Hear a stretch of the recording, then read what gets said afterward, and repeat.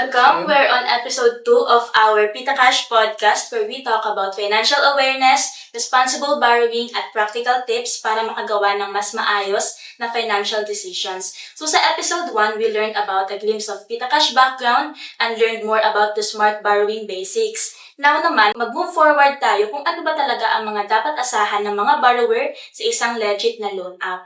So here's the first question. Ano ba ang mga responsibility ng lending company sa borrower simula application hanggang repayment? First, of course, transparency. Transparency on the interest rates, fees, walang hidden charges. And then, dapat clearly stated din doon sa loan agreement, mga terms and conditions regarding doon sa loan. And yung mga legitimate loan app, mostly ang mga loan agreement is nagpapakita before the process or before the transferring ng loan. Pero yung mga ibang medyo magiging suspicious na kapag patapos na yung process pero wala pa rin kayo nakikita ng loan agreement. Kaya sa mga legit loan app, mag-expect kayo lagi na agreement before matapos yung process dapat. And just to add, yung sinasabi ni Alan kanina, it's the Truth in Lending Act na meron tayong law sa Philippines, like what she mentioned. Dapat lahat na andun. Okay, the penalties, the amounts, the interest, the service charges, okay, dapat included doon. At the same time, just to add then, for the borrowers, as much as possible,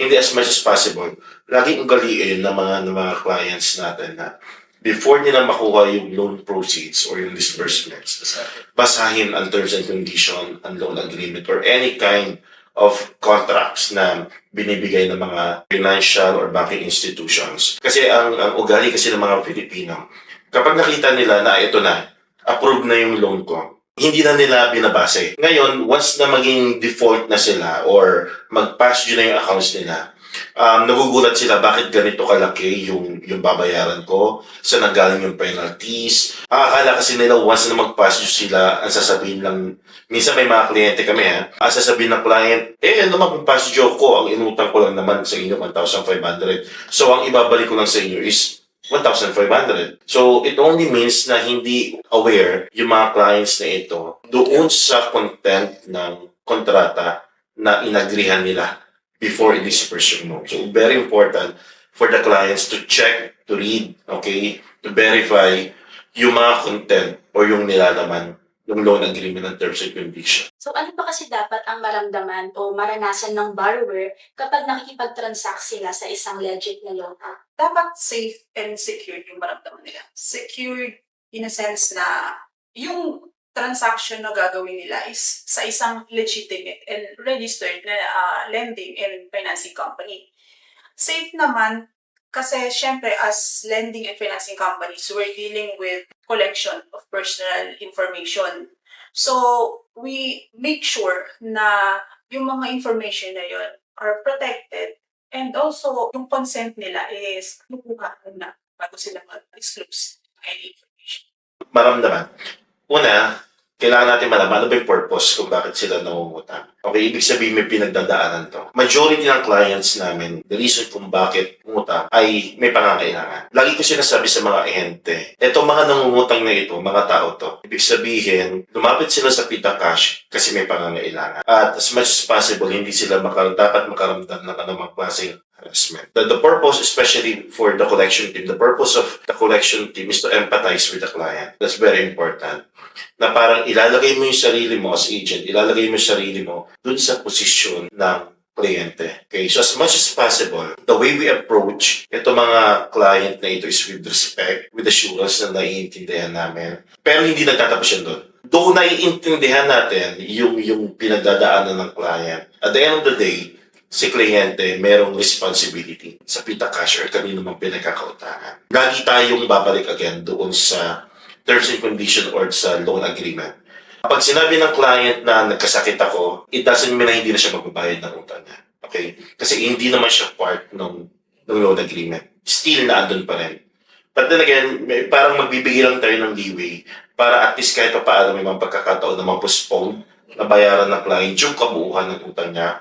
Or we might, extend the loan para hindi mahirapan yung client na isang biglaan or isang bagsakan. I-settle niya yung obligation niya with Pita Cash or with other financial institutions. Ano naman yung mga karaniwang pagkakamali ng borrower na pwede makaapekto sa kanilang experience o trust sa loan app? Ang nangyayari kasi ngayon, kapag may utang ang isang tao, nauuna lagi ang hiya. Kahit pa sabihin natin na hindi siya person to person, yung pangungutang, or alam mo yun, person to business, yung nangungutang, may hiya pa rin siya. So, ano ang nangyayari? Hindi nakikipag-communicate ang borrower sa lending institution or financial institution. So, ang nangyayari? So, ang ina-assume ng mga ilang financial entity, ina-avoid ni client yung kanyang responsibility or dinidelay. So, ito yung something na hindi dapat ginagawa ng isang kliyente. Kasi, though wala kang pambayad sa ngayon, tandaan natin hindi laging magkakaparehas ang financial status, financial state ng isang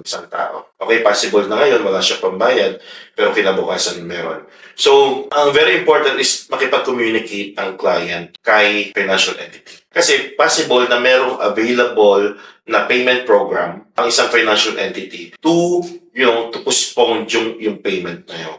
At least aware, both end, na ay may pinagdadaanan talaga to si client. So ngayon from PitaCash, paano mapapakita ng PitaCash na hindi kayo nananakot o nagpe-pressure sa borrowers? First, dapat yung customer service is like kung may inquiry or clarification si client, available yung customer service to give yung dapat na gusto nyo.